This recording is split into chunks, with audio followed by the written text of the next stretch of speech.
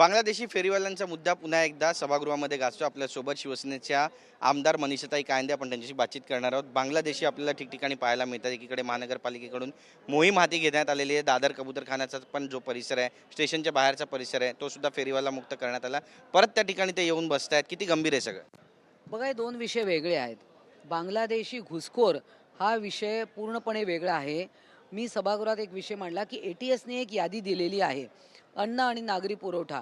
आता यांच्याकडे बघा, ही वेगवेगळी खाती आहेत। पॅन कार्ड इश्यू करणारे, आधार कार्ड इश्यू करणारे, गुमास्ता लायसन्स इश्यू करणारे, वेगवेगळी जी पुरावे आहेत वास्तव्याचे किंवा वीज बिल असेल, तर हे सगळे खोट्या पुराव्यांच्या आधारे, खोट्या आधार कार्ड। आता बांगलादेशमधले नेते, पश्चिम बंगालमधले आधार कार्ड असलेली बरीच लोक आहेत।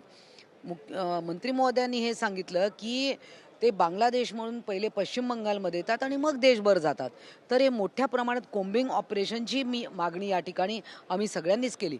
परंतु दुसरा विषय जो अवैध फेरीवाले, मुळात म्हणजे जी फेरीवाल्यांची जी एक इलेक्शन घेतली त्याच्यावर स्टे आलेला आहे त्या निकालावर, आणि फेरीवाले हे महानगरपालिकेला माहीत आहेत, पोलिसांना माहीत आहे, सगळ्यांना माहीत आहे। परंतु 4 दिवस रस्ते मोकळे असतात, परत 5व्या दिवशी ते येऊन बसतात।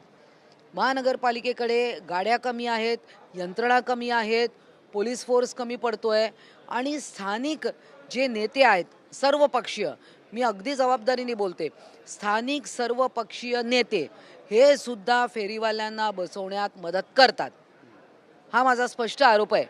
ही सगळी सामूहिक जबाबदारी सर्व राजकीय पक्षाच्या लोकांची आहे। पण मग त्या नेत्यांवर पण कारवाई व्हायला पाहिजे। मग नाही, आता हे कसं आहे, हे रॅकेट चालतं। आता कोण हफ्ते गोळा करतं? हफ्ते गोळा करणारी वेगळी लोकं असतात। त्यामुळे आणि त्यातले बांगलादेशी कोण आहेत हे पहिले तर शोधून काढलं पाहिजे।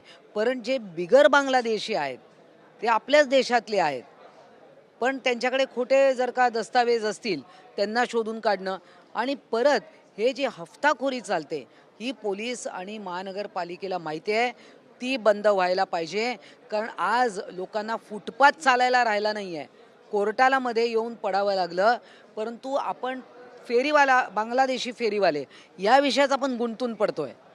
त्यामुळे अर्थात त्यांना तर हुसकवून लावलंच पाहिजे पूर्ण, आणि केंद्र सरकारने तर आदेशच काढला आहे की यांना सरळ डिपोर्ट करा। तर हे दोन विषय वेगळे आहेत। नक्कीच ताई, उद्धव ठाकरे यांनी आपली मनशा व्यक्त केलेली आणि दावा केला की पुढच्या वेळी आपल्याच पक्षाचा महापौर होईल। पुढच्या वेळी त्याला खूप वेळ आहे हो, अजून त्याला आत्ता तर महानगरपालिकेचे इलेक्शन होऊन महायुतीचा महापौर बसलेला आहे।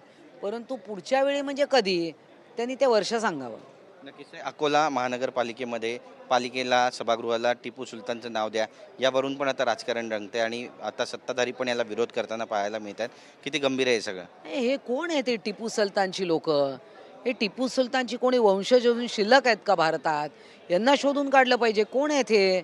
आणि हे असं टिपू सुलतानचं उदात्तीकरण, ह्या सगळ्या अशा प्रवृत्तीच्या लोकांचं उदात्तीकरण अनेक वेळा काही काँग्रेस असतील, काही वेळा उबाटाची लोक यांनी सुद्धा उदात्तीकरण केलं आहे।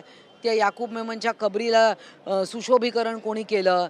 त्यामुळे ह्या सगळ्या या प्रवृत्तीला ठेचून काढणं महत्त्वाचं आहे। अजितदादा गेले, त्या घटनेला आता 1 महिना लोटलेला आहे, आजच 1 महिना होतोय, आणि राज ठाकरे यांनी तर प्रश्नचिन्ह उपस्थित केलेत की ते धोक्यानं गेलेत की धोक्यानं गेलेत। राष्ट्रवादीने याचा खुलासा करायला पाहिजे। बघा, याच्यावर आम्ही खरं तर आत्तापर्यंत कोणीच काही बोललेलो नाही आहे। याच्यामध्ये जो अहवाल सरकारकडनं येईल, DGCA कडनं येईल, हा अहवालाची आपण खरं तर वाट बघितली पाहिजे।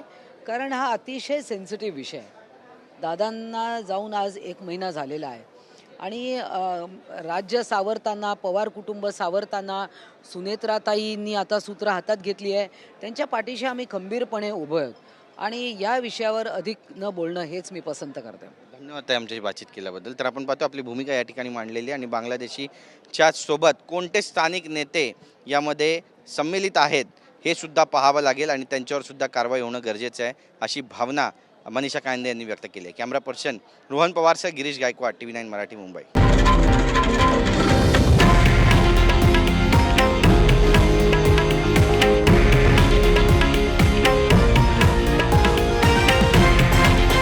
हे आहे देशातील नंबर 1 न्यूज नेटवर्क, आणि आपण पाहत आहात TV9 मराठी, एकमेव